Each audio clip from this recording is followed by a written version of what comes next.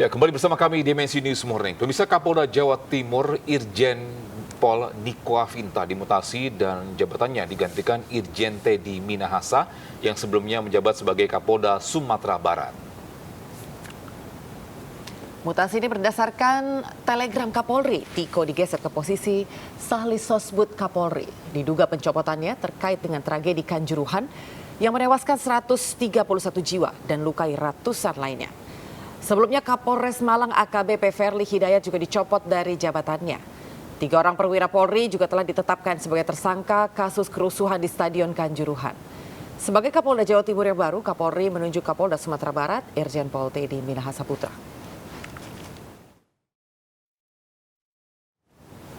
Bisa hasil investigasi penemuan hal mengejutkan ini, yakni polisi menggunakan gas air mata kadaluarsa dalam tragedi Kanjuruhan. Ya, polisi membenarkan hal tersebut namun membantah menjadi penyebab kematian. Polisi mengklaim gunakan 3 jenis gas air mata sesuai standar.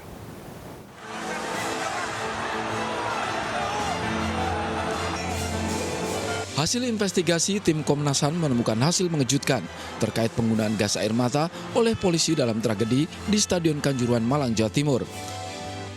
Temuan baru Komnas HAM menyebut sebagian gas air mata yang digunakan telah kadaluarsa.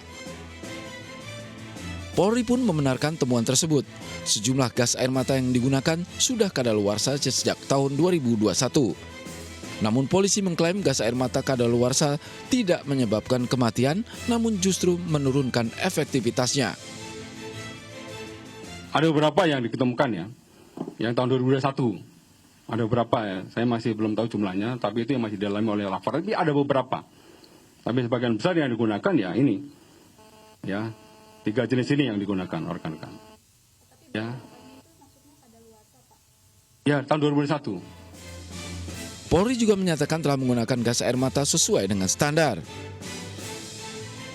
Anggota Brimopolda Jatim menggunakan 3 jenis gas air mata berbeda sesuai protokol Jenewa nomor 22 tahun 1993. Gas air mata mengandung zat kimia CS. Gas air mata warna hijau hanya mengeluarkan asap. Gas air mata biru memiliki karakter sedang, sementara gas air mata merah untuk mengurai massa yang cukup besar. Dalam tragedi Kanjuruhan, polisi menyebut menggunakan 11 peluru berwarna merah. Gas air mata merah disebut tidak menyebabkan kematian. Para korban tragedi Kanjuruhan kebanyakan meninggal dunia karena kekurangan oksigen. Dari Jakarta, Nadia Valeri dan Dias Triawan melaporkan. Bisa gas air mata yang ditembakkan polisi dalam tragedi Stadion Kanjuruhan diduga menjadi pemicu banyaknya korban jiwa. Dampak tembakan gas air mata tersebut bahkan masih dirasakan supporter Arema Mania terpapar.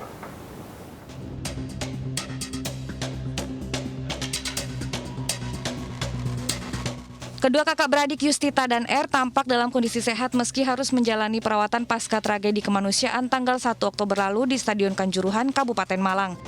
Yustita dan R adalah supporter Aremania yang berhasil selamat dalam kerusuhan yang menewaskan 131 supporter, 2 diantaranya anggota polisi.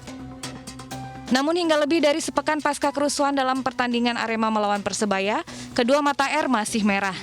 Menurut dokter Rumah Sakit Saiful Anwar Malang, penyebabnya adalah paparan gas air mata yang ditembakkan polisi. Perih, sesak nafas, terus badan sakit semua, jatuh itu. Saat ini Mas, yang dirasakan Mas Alvin? Saat ini mata saya penglihatannya normal. Selain R, kakak kandungnya Yustita juga menjadi korban. Yustita lolos dari maut meski sempat terhimpit dan terinjak-injak penonton lain di gate 13, lokasi pintu keluar yang banyak jatuh korban jiwa. Soalnya gas air mata itu ditembak di tribun. Terus sama saudaraku saya ditarik, terus mau ke pintu keluar itu masih bisa. Saat ditembakkan gas air mata, apakah ada kericuhan di situ misalnya lempar-lempar? Nggak ada. Sama sekali tidak ada. Nggak ada sama sekali. Iya, tiba-tiba langsung ditembak, nggak tahu apa ricunya, nggak ada ricu. Ayah kandung Yustita dan R bersyukur kedua anaknya selamat meski kini harus berobat jalan.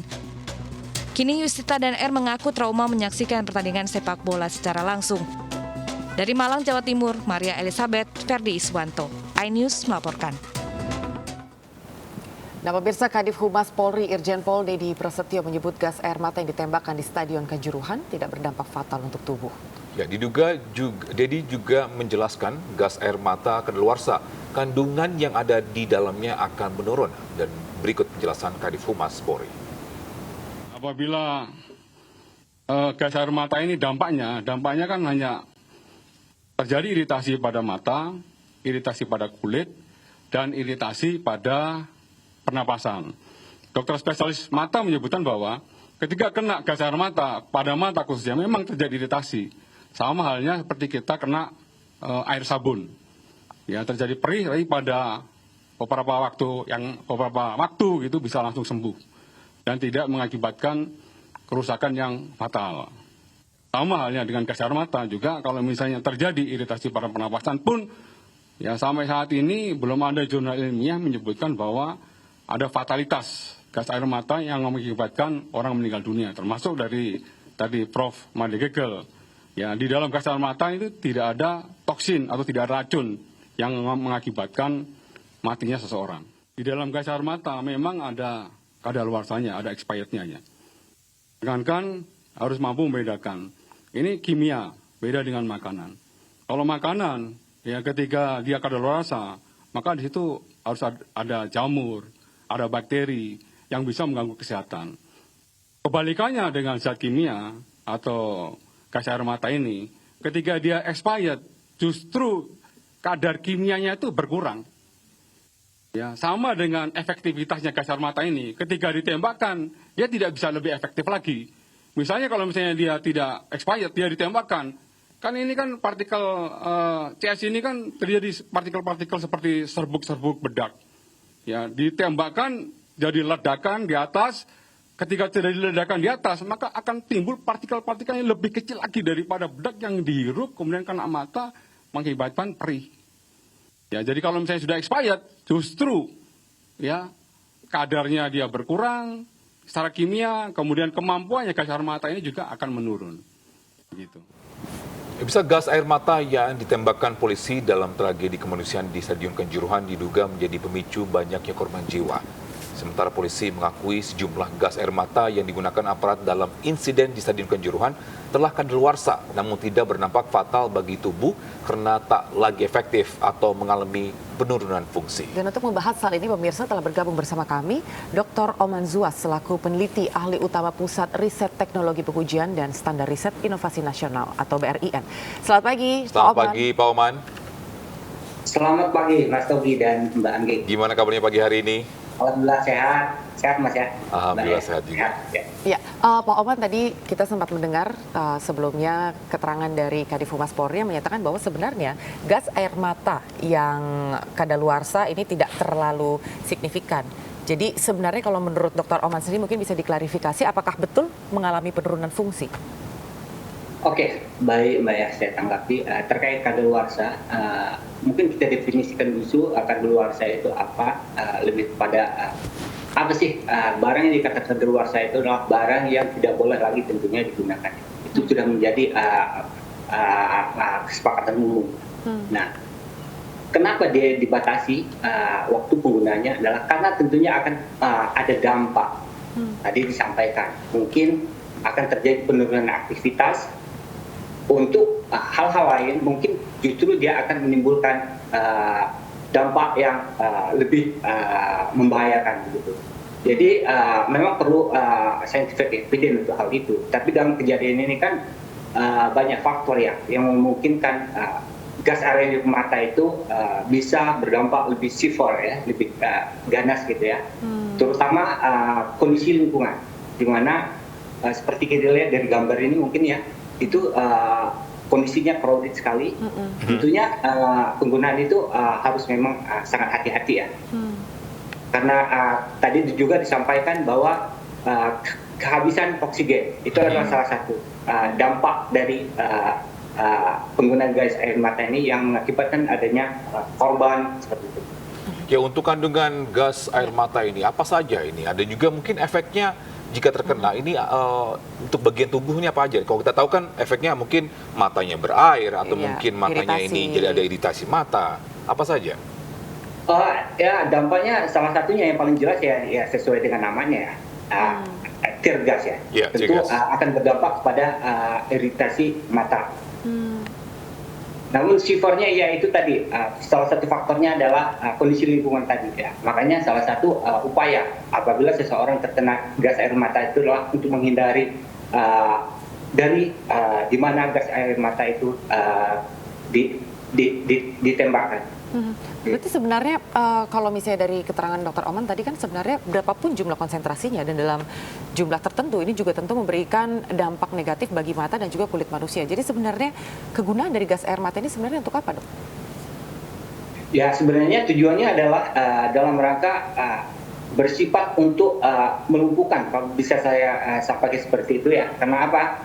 Karena dengan adanya paparan terhadap mata tentunya seseorang mengalami perih begitu, sehingga pada saat dia dibuka mata semakin perih dan kondisi badannya kita bayangkan apabila seseorang itu tertutup matanya tentunya mudah untuk dilakukan kontrol begitu. Itu sebenarnya tujuannya, bukan untuk membunuh gitu. Ya, untuk kandungannya sendiri untuk gas air mata itu apa saja nih, Dok?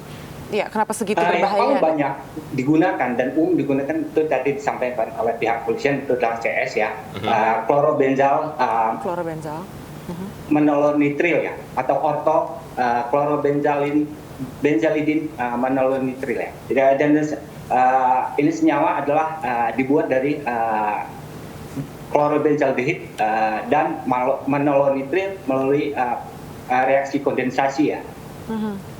Ya, apakah begini terkait ketika kita kena bahan kimia tersebut, apakah bisa mengakibatkan mungkin Kebutaan begitu, Dok? kebutaan atau enggak mungkin bisa meninggal dunia? Nah tadi seperti yang saya sampaikan banyak faktor gitu. Sebenarnya kalau dilihat dari tingkat paparannya tentunya apapun juga akan berbahaya terhadap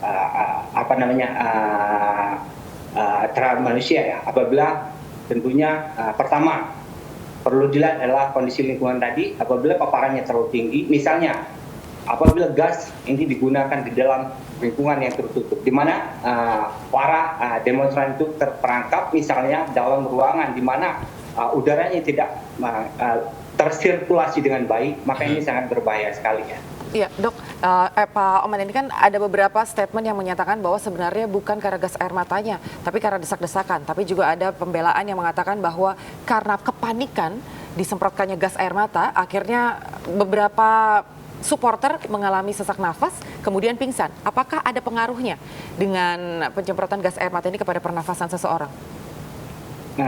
Ini tentunya perlu scientific evidence Mbak ya, terkait pendapat tersebut. Karena memang lagi-lagi saya katakan bahwa banyak faktor, terutama lingkungan ya, lingkungan di mana apabila terjadi defisiensi udara jelas, kita susah bernapas. Yeah. Kedua, kekuatan dari tubuh seseorang itu sendiri ya, apapun juga, tubuh ini kan punya kemampuan untuk berinteraksi terhadap apa yang masuk dalam tubuh kita. Apabila dalam kondisi lemah capai, itu sangat berpengaruh sekali. Dan itu jelas lagi-lagi perlu scientific evidence untuk menyatakan seperti itu. Untuk asumsi sementara sah-sah saja saya kira ya, tapi perlu scientific evidence dan semuanya harus dibuktikan secara saintifik. Itu yang bisa saya sampaikan, Mbak. Ya, ini terkait juga kan untuk gas air matanya dikabarkan sudah kadaluarsa. Apakah benar ketika kadaluarsa ini ada penurunan? Apa mungkin bisa munculnya mungkin beracun? Nah, terkait kadaluarsa apabila sekarang kita logika saja deh, kenapa sih harus dikasih kadaluarsa itu? Right, Ya. benar. Tentunya terhadap pembatasan bagaimana zat tersebut bisa efektif digunakan. Right. Bisa saja menurun, bisa saja bertambah Lebih parah. kekuatannya, tapi lagi-lagi semua itu harus based on scientific evidence. Kita nggak bisa mengatakan bahwa ini seperti ini, karena lagi-lagi ini sebenarnya kalau kondisi udah expired itu bisa saja terjadi makin lemah kekuatannya atau makin ganas. Itu juga terjadi untuk bahan-bahan kimia yang lain, makanan, apapun juga. Makanya itu penting sekali untuk memperhatikan itu. Salah satunya adalah harus digunakan oleh personil yang terlatih, yang menggunakan SOP. Pertanyaan saya adalah, kenapa kadaluarsa masih digunakan? Itu saja sih dari saya. Ya, itu juga memang yang menjadi pertanyaan publik, apakah ini sebenarnya memang salah satu pembelaan, begitu kan, bahwa sebenarnya ini adalah gas air mata yang sudah kadaluarsa, jadi dianggap tidak terlalu memberikan dampak yang signifikan. Tapi tadi kami sepakat dengan Pak Oman bahwa memang dibutuhkan adanya penelitian lebih lanjut untuk pembuktian, begitu ya. Apakah fungsinya memang masih sama atau tidak, dan kemudian Pak Oman, penanganan atau pertolongan yang bisa diberikan kepada mereka yang terkena dampak gas air mata? Pertama, tentunya harus menghindar, Mbak ya, dijauhkan dari tempat di mana gas air mata itu ditembakkan. Kedua, untuk baju-baju yang terkena gas air mata itu sebaiknya diganti begitu. Dan kalaupun dan ketiga adalah apabila terjadi misalnya di kulit, di mata, harus segera dicuci menggunakan air selama bisa mencapai 20 menit. Ini termasuk susah dibersihkan, Mbak, karena ini kelarutan senyawa CS ini sangat rendah sekali. Ada memang secara saintifik, tapi itu sangat beracun dan itu tidak boleh digunakan. Sebaiknya memang harus menggunakan air, ya, menggunakan air yang mengalir tentunya, ya, untuk sampai beberapa menit gitu. Ya, untuk obat sendiri, apa yang bisa direkomendasikan jika kena gas air mata, Dok? Iya, karena tadi kita memang melihat ada beberapa korban begitu ya, yang matanya merah sekali, Dok. Mungkin ada rekomendasi obat begitu, Dok? Nah, untuk rekomendasi obat tentunya ini adalah ranahnya pihak kesehatan yang menentukan itu ya, seperti itu ya. Tapi dalam hal ini memang paling penting adalah pertolongan pertama ya. Kalau untuk rekomendasi obat dalam hal ini mungkin bukan kapasitas saya, Mbak, untuk menjawabnya seperti itu, Mbak. Ya. Untuk level gas air mata, apakah benar untuk menangkap teroris ataupun juga mengurai mungkin keributan itu berbeda untuk menggunakan gas air matanya? Ya, namanya gas air mata itu sebenarnya ya yang dimaksud dengan protokol Jenewa itu tadi. Jadi memang adalah tindakan dalam hal ini adalah untuk tindakan pertama dalam hal untuk membubarkan demonstran atau kegiatan-kegiatan lain yang memang dianggap bertentangan dengan kaidah-kaidah umum gitu. Dok, kalau seandainya bisa diinformasikan gitu, apakah dampak mereka yang sudah terkena gas air mata ini akan mempengaruhi penglihatannya ke depan? Memang dari beberapa untuk jangka panjang ya, Dok? Laporan sih, ya, dari beberapa laporan memang untuk recovery-nya membutuhkan waktu yang cukup lama ya. Ya, alhamdulillah sih ada beberapa tadi yang saya lihat dari monitor terlihat matanya merah seperti itu, dengan harapan suatu saat mudah-mudahan bisa terrecover dengan baik ya. Karena memang itu tadi dengan kondisi tubuh yang kuat, maka sifar daripada gas air mata ini bisa ditangkal oleh tubuh. Apakah ada efek samping ke depannya? Mungkin penglihatannya mungkin buram, atau mungkin dari segi paru-parunya mungkin bisa melemah dikarenakan akibat menghirup gas air mata? Untuk itu terkait dampak kedepannya, memang dari beberapa literatur mengatakan bahwa tidak disebutkan secara jelas seperti itu, tapi yang jelas itu sangat berbahaya bagi seorang penderita misalnya asma ya. Jelas asma itu adalah terkait pernapasan dan tubuh yang memang kurang kuat untuk berinteraksi dengan gas air mata itu sendiri. Untuk dampak lebih panjangnya, misalnya dampak jangka panjangnya, memang itu tadi tergantung dari tubuh seseorang dan penanganannya pasca terkena dari serangan gas air mata. Baik, terima kasih Pak Oman untuk informasinya. Kami juga masih akan menunggu seperti apa penanganan lebih lanjut bagi para korban. Terima kasih sekali lagi telah bergabung bersama kami. Korban yang terkena bisa sehat kembali ya. Amin. Baik, terima kasih Pak Oman. Salam sehat.